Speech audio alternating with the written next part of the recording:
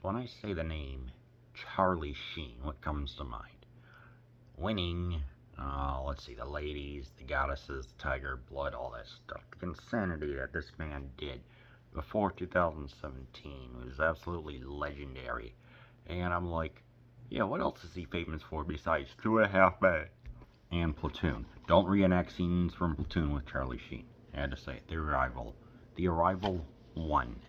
Radio astronomer Zane Zeminski, Charlie Sheen, believes he's being picked up a cosmic noise that signals extraterrestrial intelligence. His desperate search for answers leads him to Mexico, a mysterious power plant where he is arrested for the murder of a scientist. Zane must escape with proof of the world-shattering alien invasion in this intense sci-fi thriller. Yes, that's exactly what this is. Now, I'm thinking, okay, so first of all, he has a dang goatee. Yes, that stood out. I'm like, okay, so he's going beyond comedy. I mean, he's already proven that he's a versatile actor.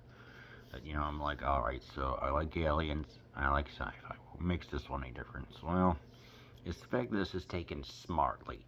There's no, explaining. It's like, it takes the concept and shows the aliens hang out and hang out where the base of operations. Two, there's no kind of funny, silly scenes that derail your enjoyment. And three, when we see the aliens, um, they're not just little green men in Little Green Men. They feel like their own natural, organic species. And what makes them different is, like how a chicken or a hen or a rooster walks. So imagine that, but backwards. Their legs are backwards like this, like they're walking. I'm like, that is a very unique way how to walk. So it instantly sets them apart. And the way how the movie just shows. It does not tell how these aliens live. So, which I'll get to in a moment, because as he's working over at a center or whatever, he receives an alien signal. It's like, oh, okay, so they're trying to line the locus, which is the exact origin of something. LOCUS. You're learning new words. And he and his buddy Calvin, they're trying to decipher it, but there's something going on. It's like he's got his boss or something, and at the same time he's being not necessarily chased, but he's getting in too deep, if you will. So he kind of goes on the run.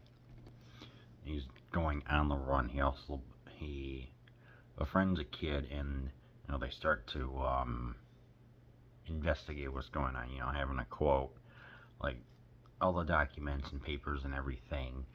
But these aliens have great technology, and they're ruthless in trying to prevent any information from being spilled.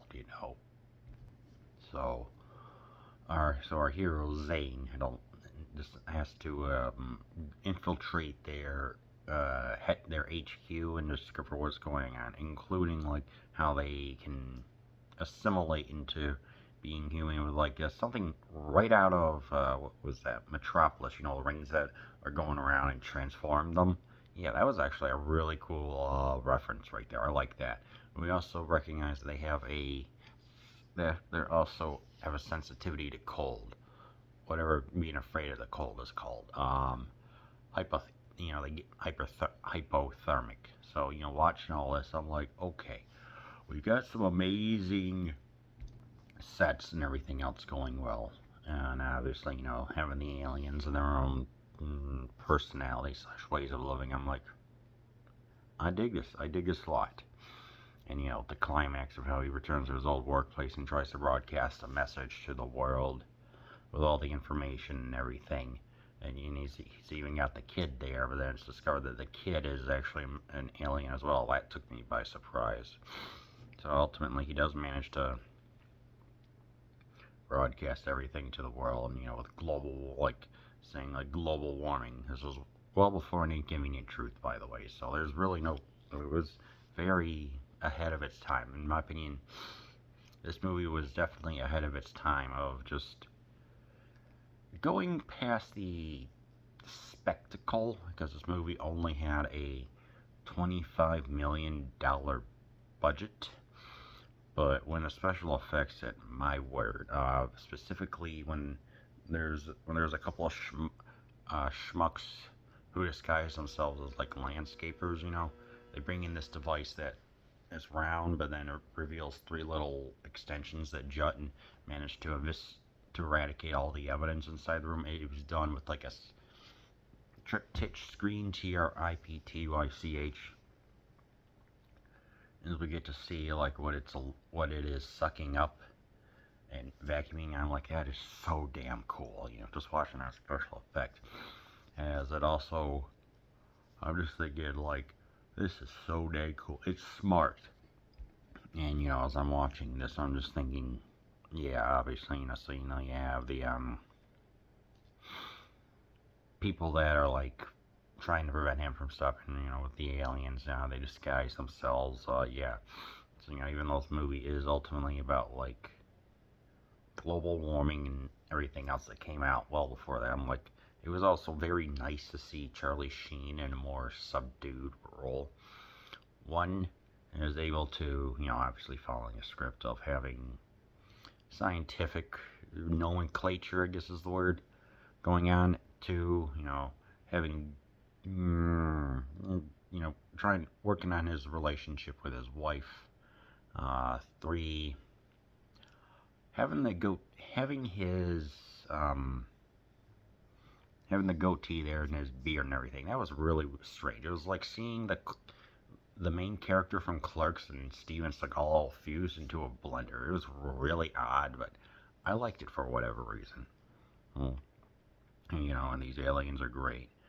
The length of this movie, it's like it does expand of saying it's 2 hours long, and it does feel like we get the set pieces, and we get this movie is, and when you're watching it, you're like, okay, 2 hours long. Is it really worth it? Yes, it is definitely.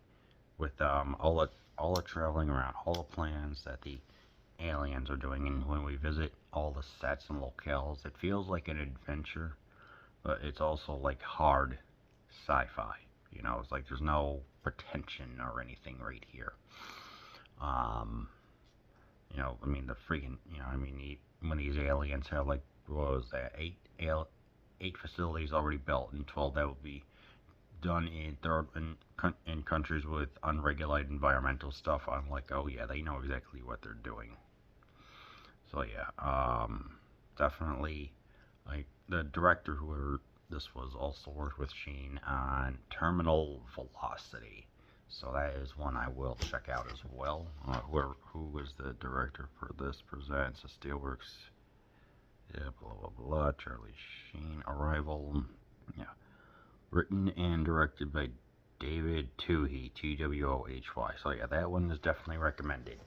It's like at the same time, it's like, how do you really top that? Well, you have The Arrival too. I haven't. You see this image right here? This is really cool. You see this image? It looks more like a comedy. Okay, like I said, we're not. I'm not blaming the I'm not blaming the actors or actresses. An investigative reporter, Jane Sibbett, and reluctant computer programmer, Patrick Muldoon, must convince the government and the public that a sinister alien conspiracy could wipe out the human species in this visually stunning follow to one of the most astounding sci-fi thrillers of the decade. It's a paint by numbers sequel.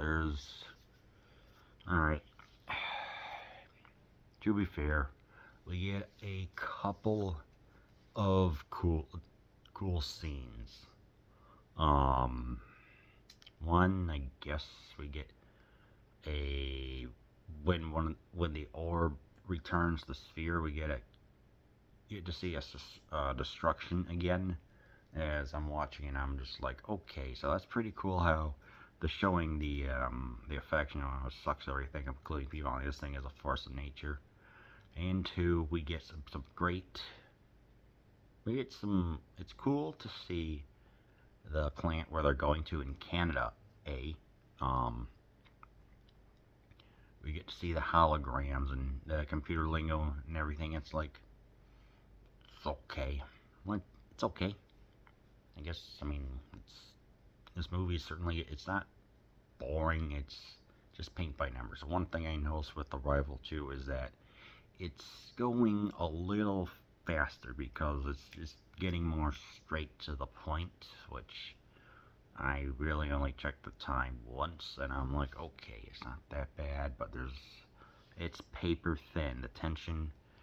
Oh, let's see. There's a guy with a bad mullet and a goatee that is not Charlie Sheen. That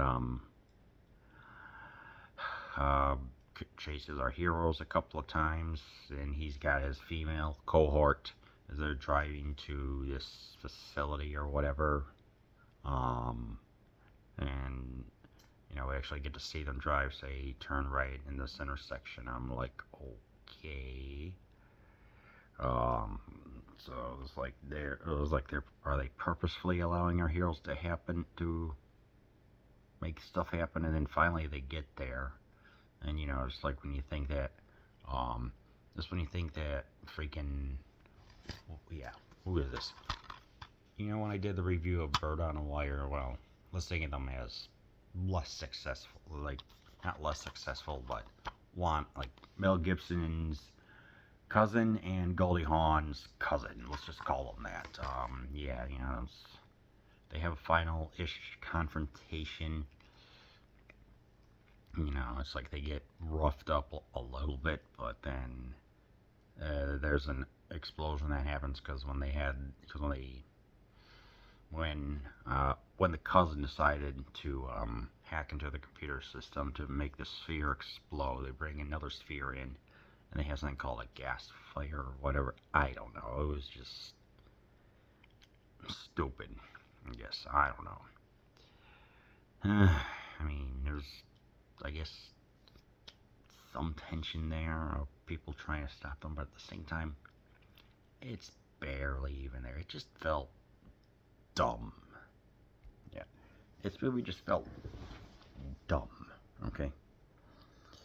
Is it, like, awful? No. But at the same time, the humor was there. It was like how she says, I always carry my ID, and some kind of stupid humor moment where the actor Patrick Muldoon is like, he's looking for the report. She comes up and said, yeah, I did something, blah blah blah. He's like, hurry up, get it. And he says, can I put on pants? They have at least had a kind of a funny moment by showing his bottom half, I guess, but no, we don't even get that. Stupid. So I don't know, man. And when we even get the CGI in the second half, it's cheapo looking. You can obviously tell it's a green screen, like when our heroes descend on a platform, it goes down, but you can just tell they're standing on something, unlike an automated lift or whatever, and then the team can just fill it in later, which is just like, I don't know. I mean, it's okay, I guess. I mean, I don't know. I wasn't bored. It's just a standard straight to DVD movie, The villains there, it's like, I don't know. I mean, I'm trying to defend this, but at the same time, I just can't. It's just dumb. So, what would I change about the first one myself? Not too much, really. There was a lot of good stuff going on. Maybe a little bit more galactic or interstellar talk to really get an understanding of what's going on. I mean, obviously, this had an influence on the X-Files and even, who is that, Jordan Peele's Arrival. And, The Arrival and Arrival, which, was pretty cool. And, with the reference to Metropolis was kind of cool. And, in other movies that eventually happened where aliens assimilate, so it's kind of like taking what happened in that and They Live and then bringing it into a new generation with the global warming. So this was definitely ahead of its time. It's a lot going on. You find yourself in the time a little bit, but don't let that defer you. Arrival 2. One, if I was in charge, I'd be like, just make it an hour and a half. Add some more explosions in post-production. Get rid of the stupid funny moments and just focus, I guess, more on the family legacy that they do bring up, but they don't even elaborate on. You know, it's just all standard sequel stuff. It just, if I were watching, I'd be like, okay, let's make this just from dumb to just sci-fi fun, I guess. You just throw on the sci-fi channel at 2 o'clock a.m. But yeah, Rival 1 highly recommended. Rival 2 avoid.